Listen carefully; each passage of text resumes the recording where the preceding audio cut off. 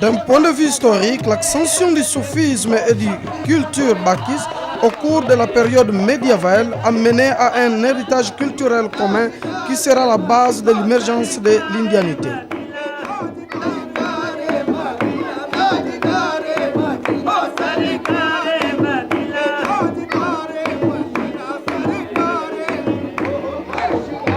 Khwaja Moïnoudine Chisti a créé l'ordre de la Chistia en Inde en 1236.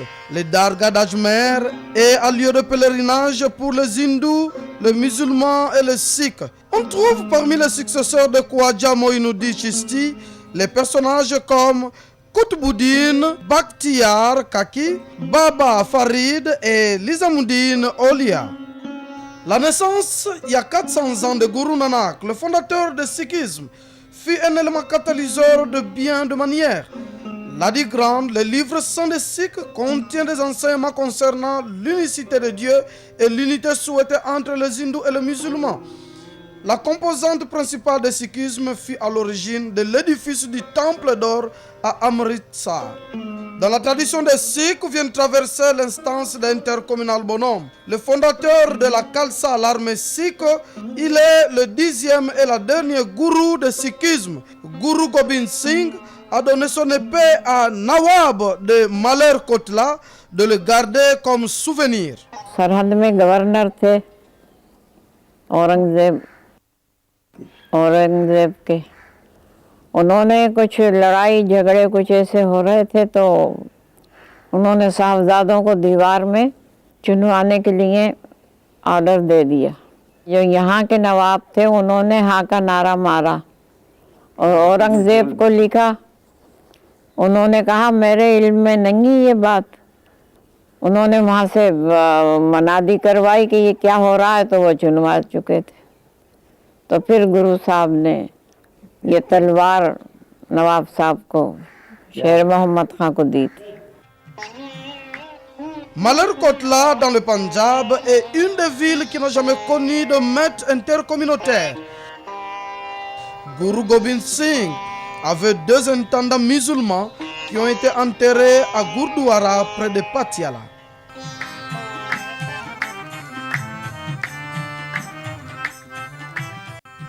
À Amritsar, on peut trouver une mosquée et un lieu de culte dédié à Rama coexistèrent dans le même bâtiment.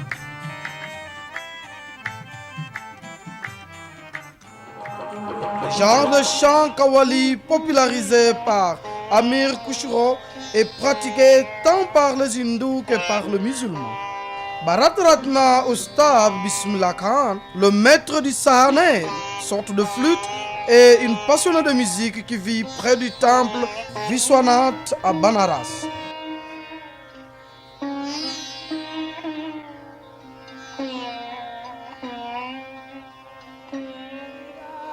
Les frères Wadali du Punjab sont totalement influencés par la tradition soufli.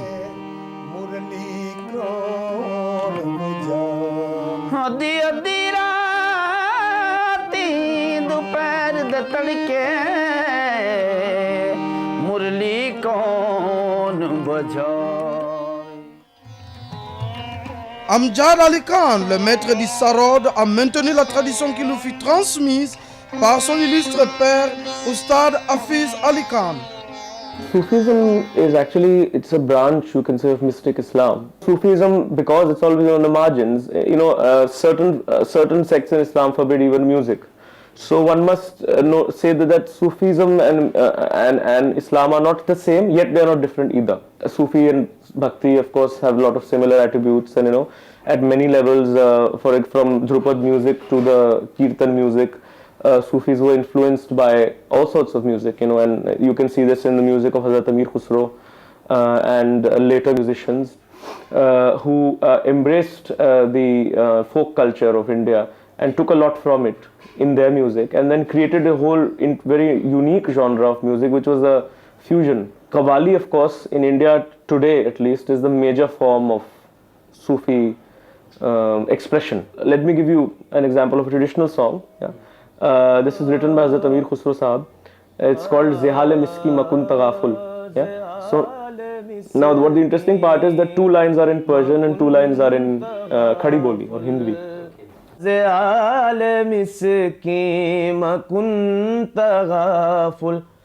दोराए नैना बनाए बत्तियां ज़ेहाल मिस्की La tolérance à la volonté universaliste inhérente à la pratique du soufisme constitue un phénomène connu.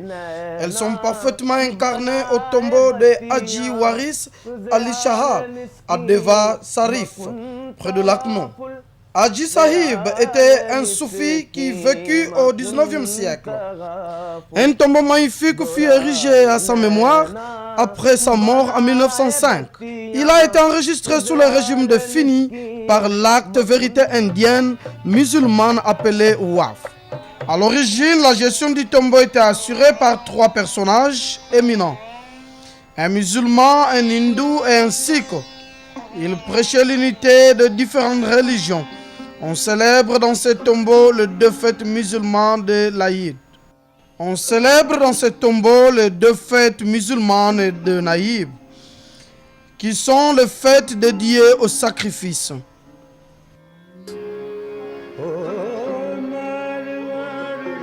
On peut se rendre compte à cette occasion de l'harmonie qui règne dans cet endroit. Il apparaît clair aux hindous et aux chrétiens qu'une petite visite à leurs frères musulmans s'impose. Tout le monde se rassemble et on apprécie les délices culinaires préparés par le musulman. Le festival de Muharram commémore quant à lui le martyr d'Azhar Imam Hussein à Kalbara. Il s'est battu et est mort pour que l'islam vive. Muharram est respecté dans 40 jours dans de nombreuses villes, des petits villages et des hameaux. On observe un deuil et de recueillement et on organise des processions de tazia qui sont les répliqués miniatures de tombeaux fabriqués sur le modèle de celui d'Azhar Imam Hussein à Kalbara. Les tazias sont conservés dans le Imambara. La ville de Lucknow compte 3 plus grands Imambara: Baba Imambara, Husseinabad Imambara et Shanajaf, qui est construit sur le modèle de tombeau d'Hussein Ali. Il est plus intéressant de voir leur décoration intérieure que de la décrire. De grands miroirs et d'importants chandeliers suspendus au plafond. Le célèbre tombeau Bada Imambara fut érigé par Nawab Asifudollah, le dirigeant d'Awad, qui a déplacé sa capitale de Faridabad à Lucknow. On y trouve une importante entrée appelée Rumi Darwaza. La ville de Lucknow est l'exemple parfait de culture multiconfessionnelle et métropolite. Islam in India has a distinct place, but when it comes to Lucknow, or Awadh as it is called, along with its adjoining districts, it is a very complex and affectionate intermingling with local population, mostly Hindus. Normally Lucknow is also called a city of Nawab, Shabab and Kabab. While Nawabs are disappearing, Shababs are migrating, but Kababs are there.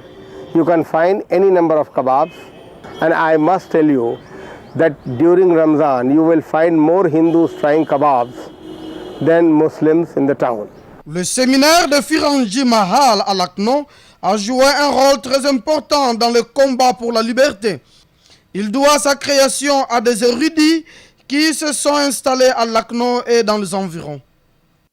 किताबों में ये लिखा है कि इल्म का चर्चा फरंगी महल में ही नहीं बल्कि पूरे अवध में और ख़ास तौर पे लखनऊ में इल्म का चर्चा जो है ये फरंगी महल से कायम हुआ कि लखनऊ में मुसलमानों और हिंदुओं का लिबास करीब करीब एक ही तरह का होता था।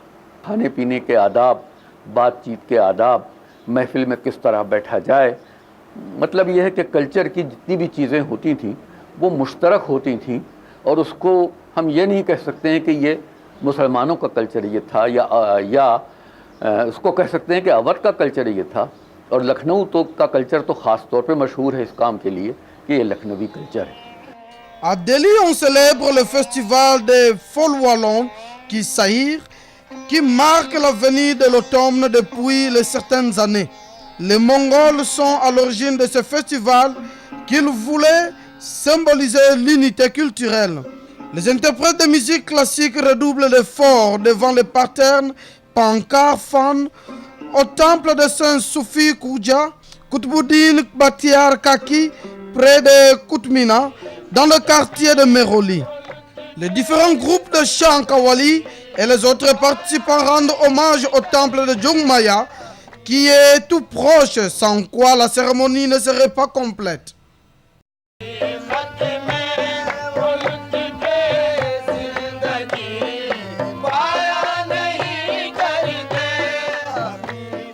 Shab Ibaran est un peu comme les tous musulmans. C'est une nuit sacrée durant laquelle les âmes sont censées descendre du paradis. C'est une nuit de prière intense pour les croyants fervents. On organise des éclairages d'endroits sacrés comme la mosquée et le cimetière. Des lumières brillent comme pour dissiper les ténèbres. Le marché, le marchand des kebabs reste ouvert toute la nuit. Alors que la tradition des festivités communes connaît l'actuel un certain regain et qu'elle a des connotations autant politiques que sociales, le sens de l'unité indienne provient de temps immémoriaux. Cela fait partie de la tradition de tolérance et libéralisme qu'elle retient en Inde.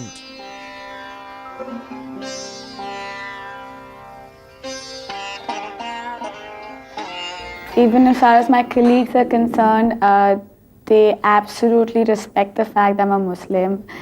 I love to, it's amazing to know how curious they are about my religion, and they know that Eid is coming, and all of them love non-vegetarian. For them, it's like an excuse to just come at my place and eat. India is one country which is so beautiful because there are so many kind of different colors. I mean, I celebrate Holi with friends. I celebrate Diwali. I love Diwali because it looks very beautiful. So many diyas, lit. I feel if we can keep it together, there's nothing like it. When we talk of multiracial or multi-religious, India is possibly the only country in the world where Jews have not been persecuted. Right from Pharaoh's time till date, Jews have been persecuted in every country. And here, Jews have not been persecuted. So also Christians. The oldest Christian community in the world is India. St. Thomas, who was one of the disciples of Jesus Christ, he came here and settled down pre-Christianity in Kerala. Now Muslims, if you may know perhaps, the Sufis came out to India. And they were persecuted in their own country. They had a new interpretation, a more liberal interpretation of Islam. They came for succor to India. And they were accepted by India, and it is they who preached Islam, and it is they who was followed by hundreds and thousands of people who became Muslims. L'événement du cinéma en Inde qui commença dès 1913 par le film muet s'est révélé être un signe annonciateur d'un changement radical dans le mode de communication. Les films hindis ont rendu la fierté service d'intégration nationale au travers de leurs scripts et leur histoire proche de la vie de gens. Bollywood vit comme une grande famille où il n'y a pas de barrière de caste, de croyances et de religion. There is no doubt we work in an environment where caste and creed and religion takes the back seat. We recognize talent. We have a comradeship. We respect each one's scope, whether he's an actor or a director or a craftsman or a technician. And I feel that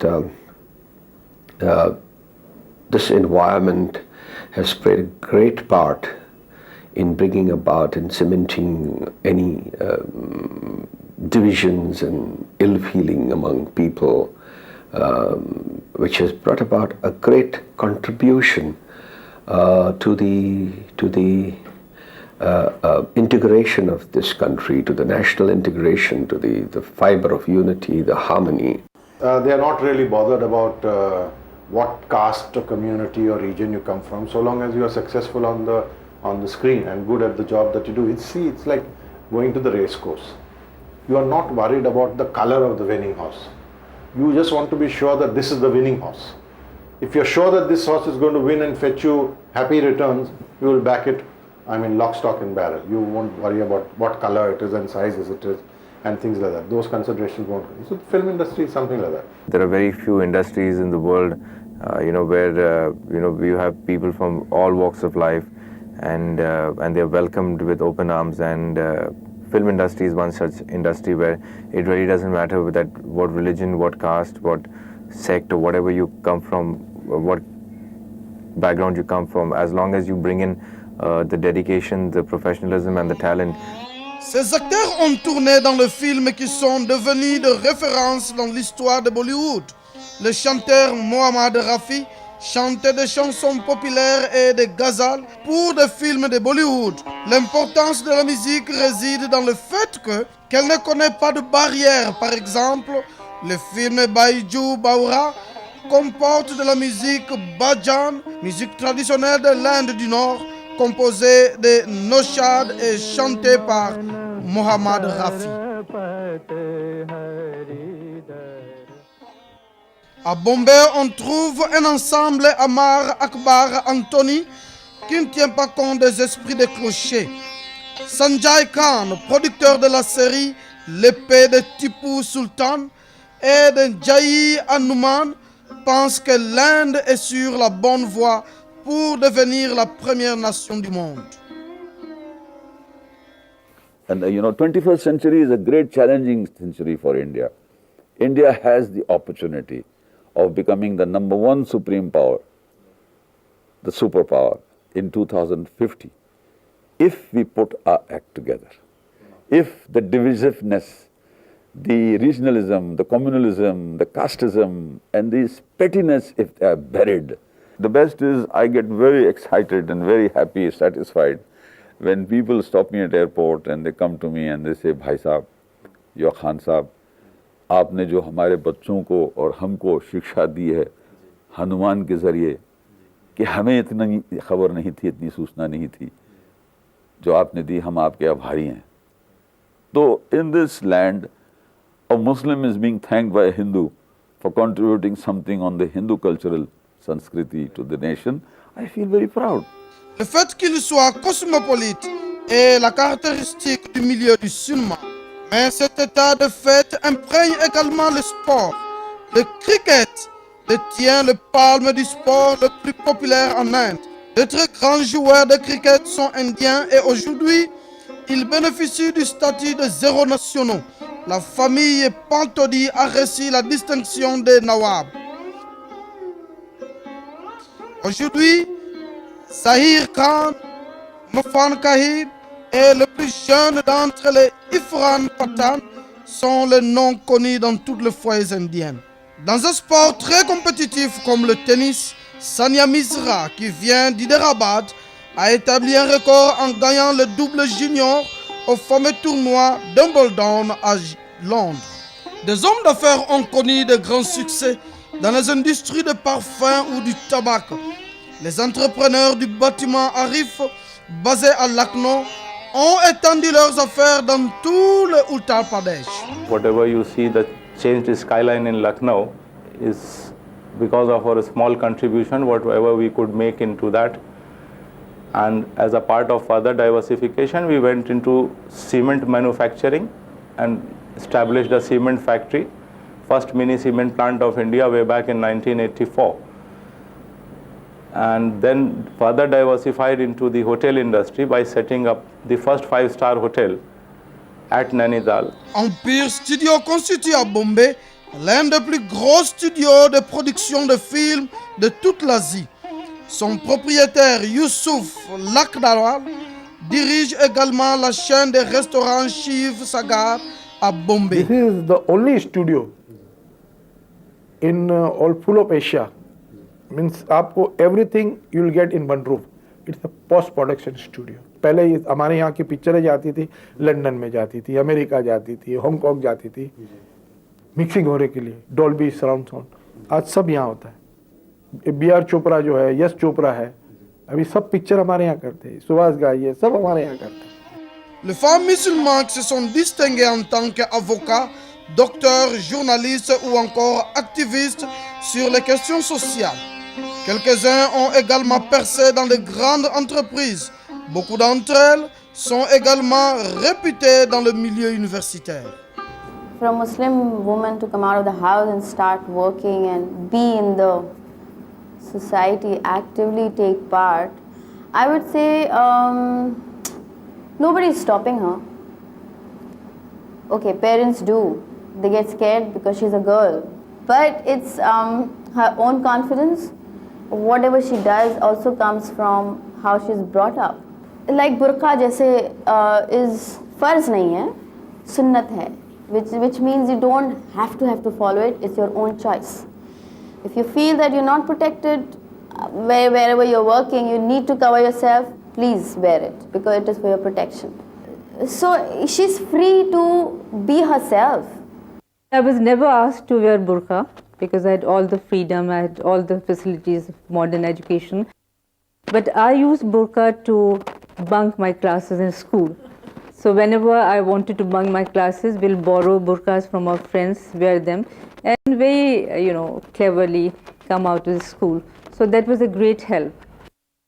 On ne peut parler des récits des femmes musulmanes sans mentionner la légendaire Bigane Akhtar, qui chantait des ghazals avec autant de facilité que les chants classiques. Elle devint une légende de son vivant.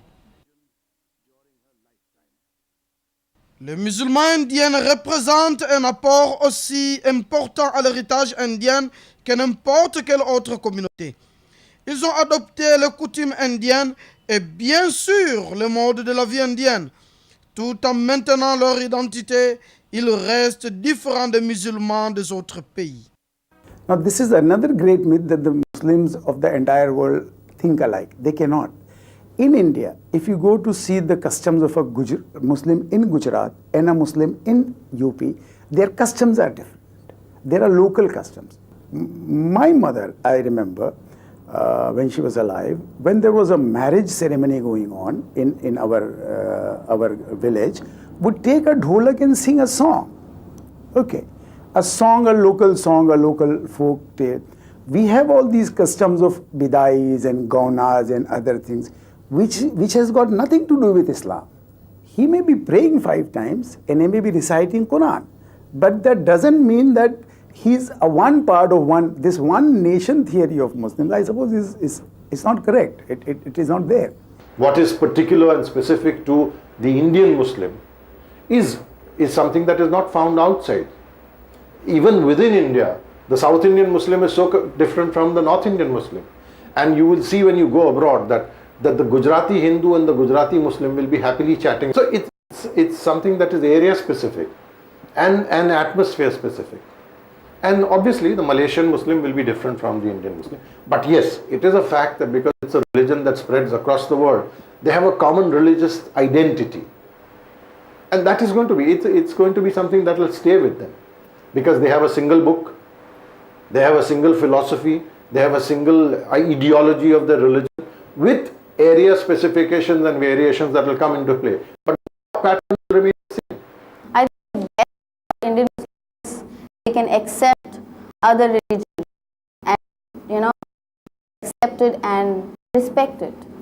Other people, I think other countries do not have this. They don't have other religion living with them. Food habits, dress, salam, language, it's a lot of things that come into play, culture, tradition, music, song.